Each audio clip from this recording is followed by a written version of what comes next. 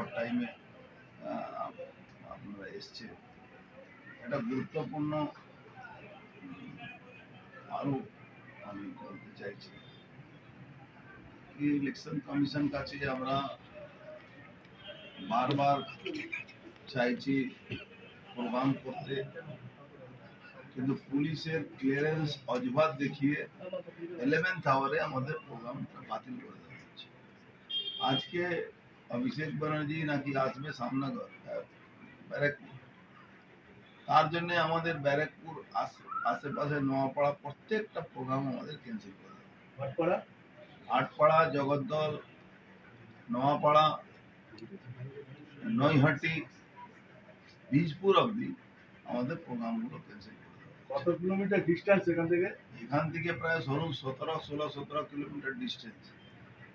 এদিকে আপনারা জানেন ইতিমধ্যে প্রায় 5-6 কোটি টাকা খরচ করে ওই ইলেকট্রিক লাইনগুলো, কেবল লাইনগুলো কেটে কেটে 5 দিন ধরে ব্যারাকপুরের মানুষ অতিষ্ঠ হয়ে গেছে। তো এই গরমের মধ্যে লোডশেডিং করে লাইন করে কেটে, যেহেতু রোড শো মহারাজায় রোড শো করবেন, তাতে সমস্ত রাস্তাগুলো পরিষ্কার রাখতে হবে।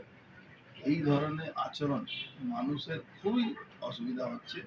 তা সত্ত্বেও ইলেকশন কমিশন এখানে কোনো নজরদারি করছে না, যেহেতু পুলিশের স্পষ্ট পুলিশ আইন না মেনে তাদেরকে সাপোর্ট করছে, তার জন্য এই সমস্যাটা হচ্ছে।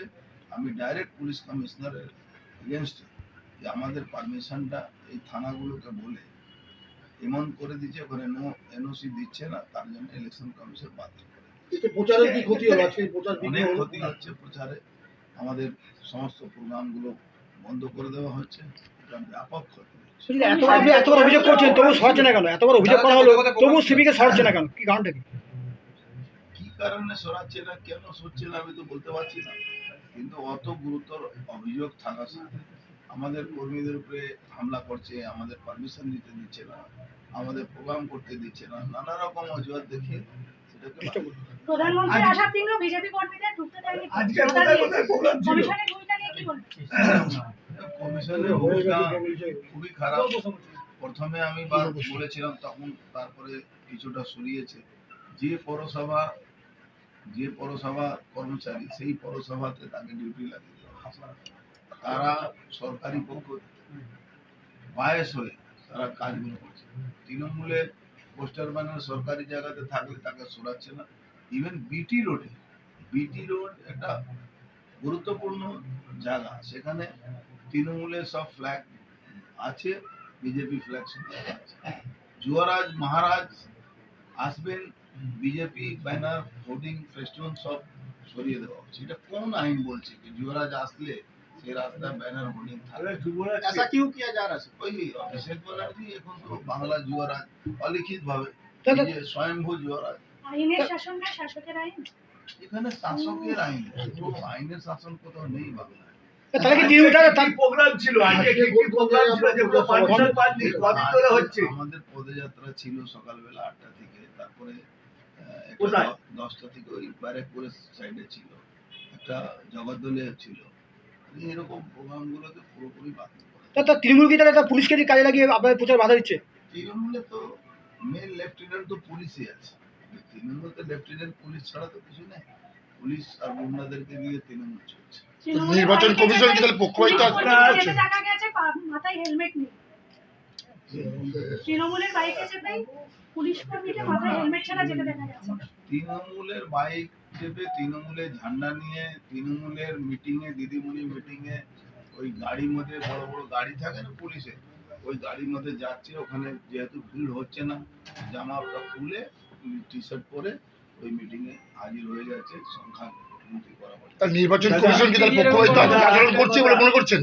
নির্বাচন কমিশনের কোনো ইনফ্রাস্ট্রাকচার বলে নেই মনে হচ্ছে, কেন নির্বাচন কমিশন যাদেরকে দিয়ে নিজের ইনফ্রাস্ট্রাকচার তৈরি করছে তারা তো সরকারি দলের লোক, তারা তো কোন সরকারি দলের লোক? তৃণমূল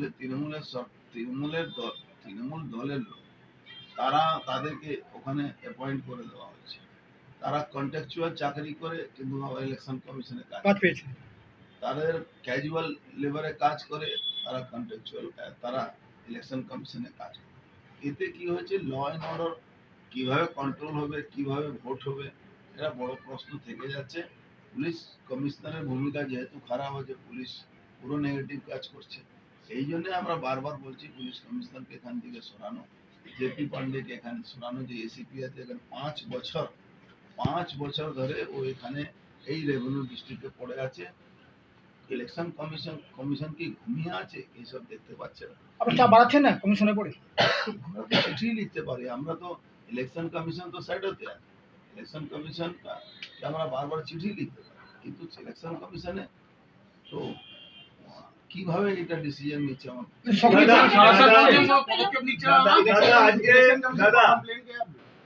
ইলেকশন কমিশনকে কমপ্লেন প্রায় 200-র উপরে কমপ্লেন করা হয়, যা এদের ভূমিকা নিয়ে এরা যেভাবে বায়াস হয়ে কাজ করছে।